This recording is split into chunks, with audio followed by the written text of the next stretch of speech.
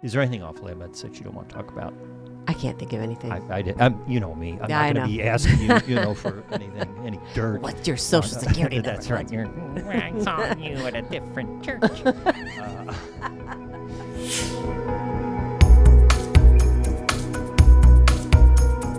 Welcome to Inside Look. I'm Jeff Lyons with Jackie Monroe, former again, co-worker. friend.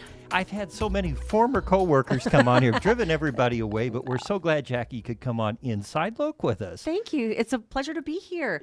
And school just got out for the summer, and so it's a great time. We just got back from a trip. I know. We've got so much to talk about. We do. Now, was Jackie Monroe Day, which day was it? Because you left about 3 years ago, about this time of the year, June wasn't 3rd it? was my last day in 2022. Right. And it was the beginning of the summer that year, and it feels like I just left. I mean, I know. I was trying to, even when thinking, I thought, well, it's been at least a year, I think. And then, no, that kid has to be more than that. Yep, so 3. We're going to come back around to your decision to say goodbye to television news and hello to the actual world out there, if you want to talk about it. I'm sure you don't, but we'll push you on it in any case. So you got back from a trip. What was the occasion? So the occasion actually was musical theater, right? So I have 2 kids, a boy and a girl. Right. And my husband and my son love basketball, and they have tickets to UE, and they have tickets to USI, and they'll go up to IU. So they go all around during basketball season to all these games. And my daughter and I were just like, we should. What's our thing? Yeah, what's our thing? She loves musical theater. And so, we have Broadway in New York. We've got our, you can go to Louisville, or Evansville has great shows too. But we figured out that if you go to London, they're all in the same place, right, West End. Yep. And they're pretty reasonable, actually, compared to a lot Broadway of other. Yeah. I mean, depending, you can always pay a ton for seats or not. Yeah, rate, nobody right. knows, but it's experience. It was the experience. So we if went. You could do it. Yeah, we went, and we just took a week, and we said, okay, Monday, Tuesday, Wednesday, Thursday, and we did a show a day, and that was great because we saw everything from Great Gatsby to Shucked, which, I mean, complete opposite ends of the spectrum. So. And a lot of times stuff starts there and then comes over, does. right? So you're going to be like on the cusp here, the cutting edge. Technically where that started, because in her theater group, she was singing some music from this musical that was only there right now. And that's where I first got the idea. I'm like, well, if we're ever going to see that specific show, you have to go there to see it. Well, it was such a short run there. It didn't even make it out of the UK. And so we ended up missing it.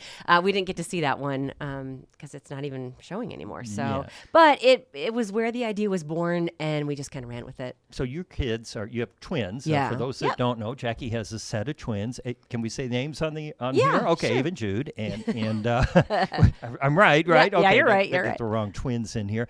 And you got out of broadcasting to be with them because they were just starting at that time, junior high school or middle school. Yes. And you knew, of course, you don't get those years back. So talk us a little bit about getting to that point where you said, you know what? I'm successful. I'm popular. Everybody loves me here in the tri-state. I'm kind. I'm going to let them down, and I'm not let them down. I'm going to live my life. I didn't think. You didn't think that way. That I was going to ever leave news. No, we didn't either. You surprised all of us. I surprised myself. Yeah. And it was so strange because in my career, I've had many other friends who have left the business before me. And I always felt sort of a little layer of sadness because these are people we'd all kind of started our careers together. We graduated college at the same time, or we had our first jobs at the same places.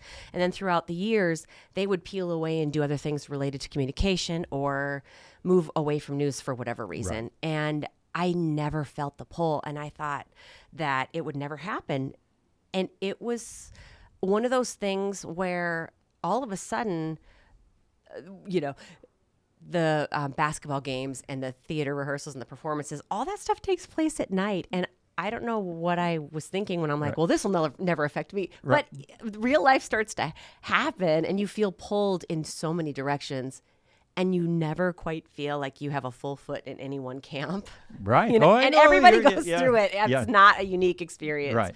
But I had this window and a little flexibility, which I feel I'm very grateful to have had, that I could have the flexibility to do this. And I thought, if I'm ever going to do it, I have to do it now. And that was the beginning of middle school. I feel like it was just yesterday. We're at the beginning of high school now. They'll be freshmen in the fall. And before you know it. In fact, this morning over coffee, Jeff, I got teary because Nate and I started talking about how college is so close. Yeah. And once our kids go to college, I'm like, we're going to have to rescue a ton of pets or so, like animals, something. You can become a crazy cat lady. I'll become a There you go. I was going to ask you about cats. Okay, we can talk about cats. Is Betty? Betty went to the Great Beyond over the Rainbow Bridge in 2023. She did. A couple years ago. She was 15 and a half. I know. I mean, she had a good run. I've got 2 cats now. They're Do they like weather? They do. They're not as sociable and as friendly as Betty was a real lap cat, real buddy, companion. And these 2 are a little more standoffish. They were rescue cats, but they came back. And so I've had Bobby and Sissy make appearances on my page, And, one thing that we were talking about, with you making that decision to leave, we'd been through the pandemic. And I think that was a big reset for a lot of people. So much in of a many reset. lines of work, not just TV. Yeah. I think the pandemic... well, first of all, working on the news side of things, even within television during the pandemic. And, I just remember it feeling blindsided by how quickly things changed and feeling uncertain for the first time in my life. I have always, it's not that I never felt anxiety. It's just that I always kind of knew where I was going, how I was going to get there. I have to put another quarter in the backdrop here. But I just, the pandemic really made me, I don't know how to put it. I think, I just felt such a transformation. Yeah. Personally and professionally it made you think, first off, that there were bigger things out there than whatever you happen to be involved with, whether it was your job or whether it was anything. And the disruption, how for years and years you just kind of, everybody went to work, they went to school, and now nobody was doing any of those things, and it was a strange time. It really was, and I think we're still kind of feeling the effects of that, going out, but in a different way. Right. So before you left us, we had been working on what the heck was it? It might have been the 50th anniversary, the 60th. No, right? 70th. 70th. I got to keep it. I was here for the 60th, but it was the 70th. It was the 70th. Yeah. That's right. And we were talking. I talked to you, of course, about your kind of improbable trajectory. That was strange, wasn't it? By way of Deal or No Deal, the game show. But for people who might not remember, I wanted to ask you a few questions about that. Yeah, so sure. You started in Topeka, correct? El Paso, actually. Okay, and then Topeka, and then here, Channel 7, and we talked about how Randy Moore kind of found your tape. Yes, he did. Got you into the market. So now you're working in Evansville, and here on NBC we have this big game show, Deal or No Deal, which was like 2006, 7, somewhere in there. Okay, and they had open auditions. They did. And so naturally, being the main anchor on Channel 7, our competitor, you came down and auditioned. Okay. I was in my 20s. Yeah, well, a little different. So, okay, it is a little different. And, it's so funny because it just shows how you think about the world changes kind of as you get older. And I was still so just young-minded and like, why not me? It has to be someone. That sounds like fun.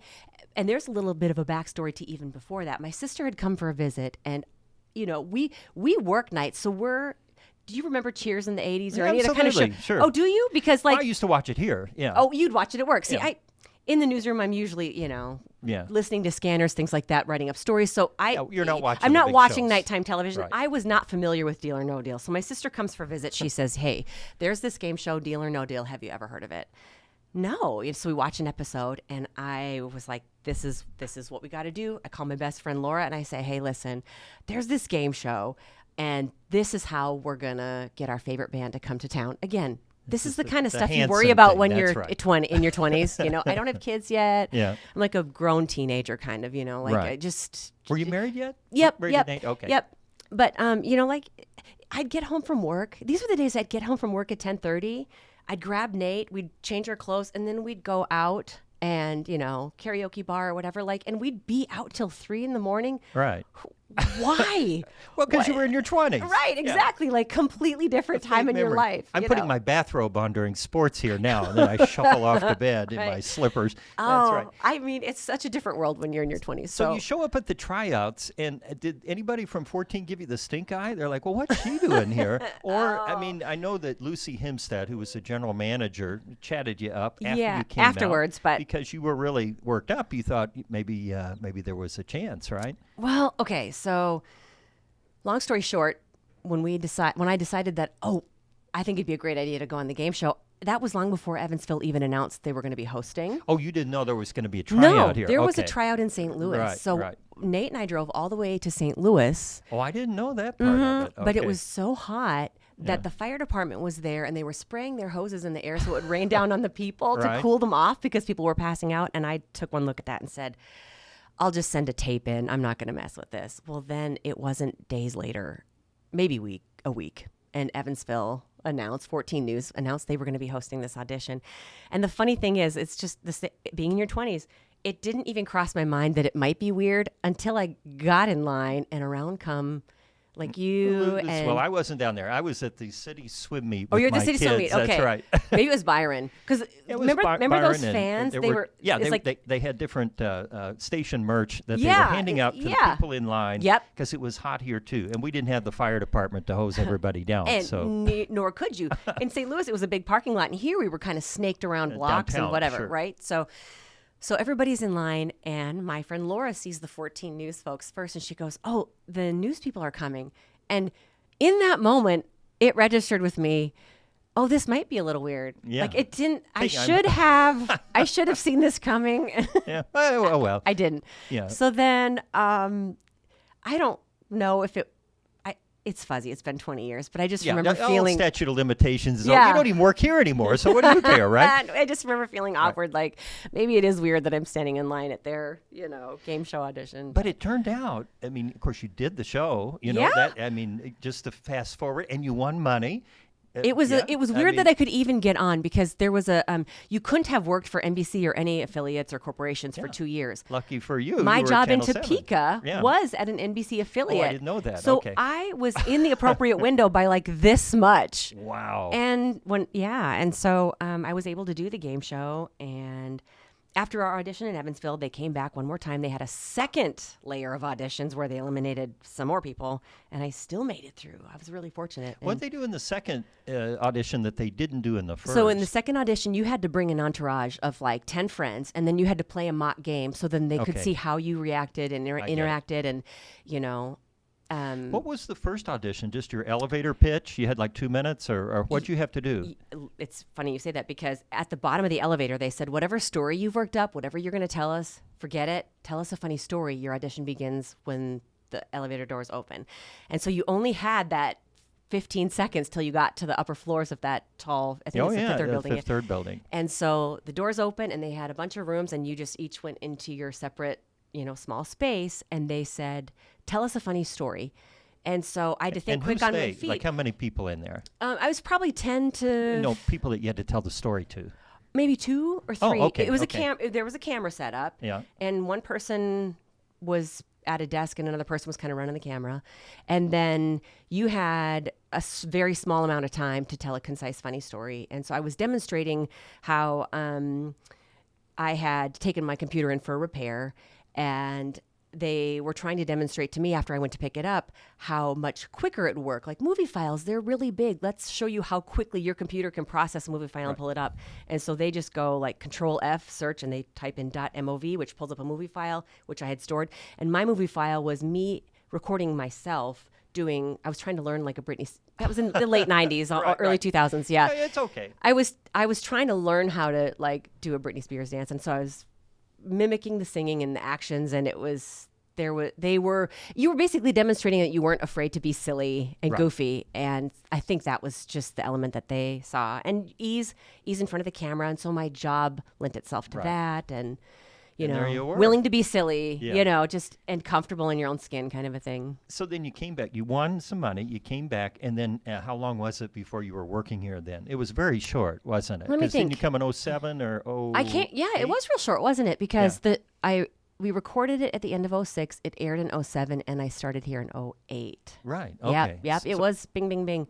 Yeah. Yep. Not bad at all No. for Jackie Monroe, right? It was good. So in a story you can always tell. And they got Hanson to come out and sing for you They- live and yes. all this stuff. It was fantastic. I know. So it all started off because we didn't know how much money it would cost to bring a band to town, but we just knew like our husbands would never let us spend whatever. To Evansville? Yeah. And so again, in your 20s, you get big dreams and you're like, sure. let's shoot for the moon. So we thought we would just win this money, and it ended up being we didn't have to host them because they came on the game show, and that was sort of the Good costing, enough, right? right. It was good. It was great.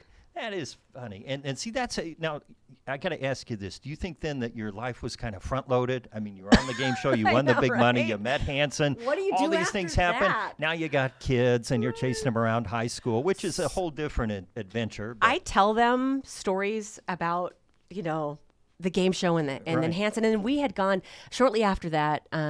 We took a trip to New York City, and Hanson happened to be playing in nearby Connecticut. So the four of us went to see that show. And when we showed up, somebody had spotted us, and they let us, backstage, and we got to see them again. And hey, how you been? Kind of a thing. And my kids can't believe it. They're like, what world did you live in, or do you live in? Right. Who does that? That's weird. Like, and then well, you were in your 20s. That's all what you I have keep to say. saying. Oh, but I was in my 20s. Just wait for your 20s. Yeah, they're great years. So, what do you foresee with your kids going into high school now? Are you trepidatious, or are you kind of worn down now by middle school that you're expecting anything, or how does that work? No, I kind of. And you get the double dose because you got Right. two and a boy girl, so you got all the Right. drama on both sides the whole way. It's so fun. I love this age. I love that I have a boy and a girl, and I love collectively when their friends are around and their classmates are around. When I left work, I started doing things like before a dance or something on Friday nights throughout the year. Each school takes a turn hosting. Right, So, right. I might have like all the boys for pizza before the dance, or, the girls have come to our house to get ready before the dance and things like that. And every year we had thrown a really big Halloween party. The whole grade was invited. And I think that I had spent so many years kind of being here at night and missing out. I would pop home for dinner, but I'd pop right back. Right. So yeah, it's always the meters running. yeah, right. And so the last couple of years have been great because it's not making up for lost time. It's just really being present. I was never really great at that before. And so I think the biggest thing I've learned is to just, moving forward, not to have expectations, because expectations lead to disappointments. Right. And, not to have comparisons, not to have anything, just sort of let things unfurl and live in the moment. Yeah, that's great. Yeah. And so, let's see. So freshman year, oh my. I know, right? What can you give me for advice for having high schoolers? Well, just fasten your seatbelt. It will be an interesting ride. And, I still think of Natalie as a high schooler, by the way. We met She's out of college. Some of our best friends through our kids when they were in high school and middle school, going to these dances and stuff. Because the parents would have to, like you Chaperone said, you would and- host and do things. So we met a lot of people and are still close to many of them, so that was good.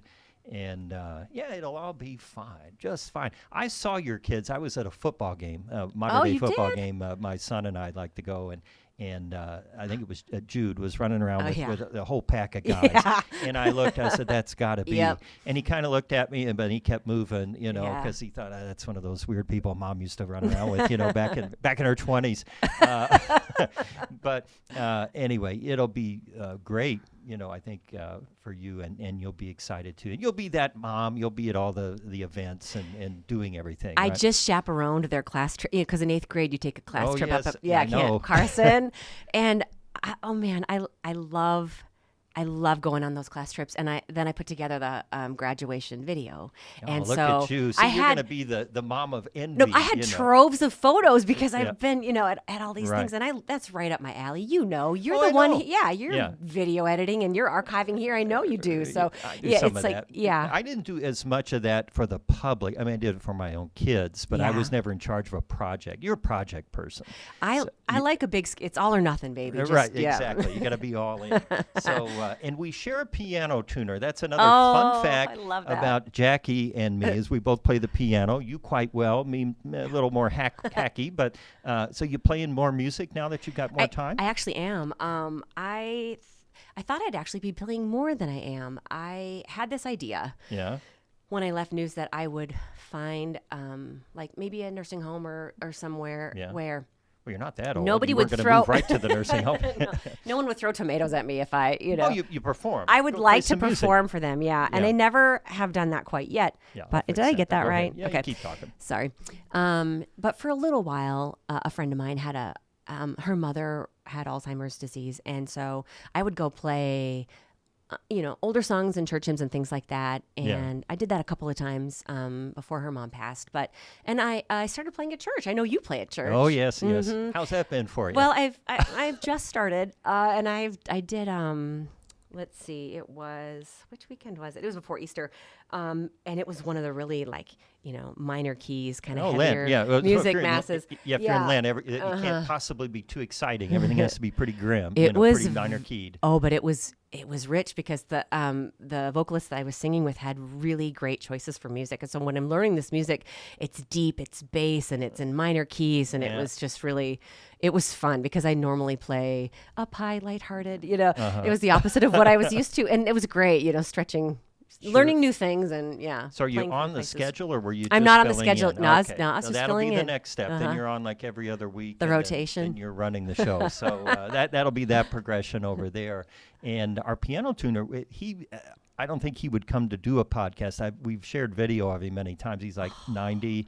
So 93. Still tuning our pianos, and Joe, it's a commitment when he comes over. You're gonna be there a while. But you schedule him for 9, and and he'll play for you when he's done. And he plays ragtime, right? Was that what you call it? Ragtime and stride, and old Frankie Carl tunes. That's how he calls it. But he's really accomplished, and he's incredible. And I always send that text if he's at my house, because I know they come every December. He comes, and he usually calls us. At the same time. That's right. So I said, well, mine's done. He must be on the way over there. And then he sent the same picture back. Days apart. So does your family still live with you?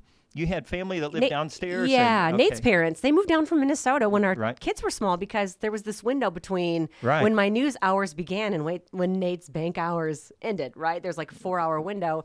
And so they came down to help us just through this, that weird window in the day. And they're fantastic. And they're still living downstairs? Yep. Okay. They're both retired now. Yeah. My mother-in-law worked for the bank still, and then would leave when I needed to go to work. So she had Jude and Ava. And I have a nephew, Porter, that she watched too. And yeah, no, it's fantastic. And your sister-in-law works here at the station, we should mention. She right does. Across the hall now. So it's all in the family here. Well, Jackie, I appreciate you sharing a little slice of your life with us. I'm so glad it's all worked out. When you made that decision, it was shocking, but on the other hand, completely understandable. We're like, oh, well, yeah. It was shocking to me too. I didn't see it coming. But have you ever had a time in your life where you feel compelled to make a move, and for whatever reason you don't?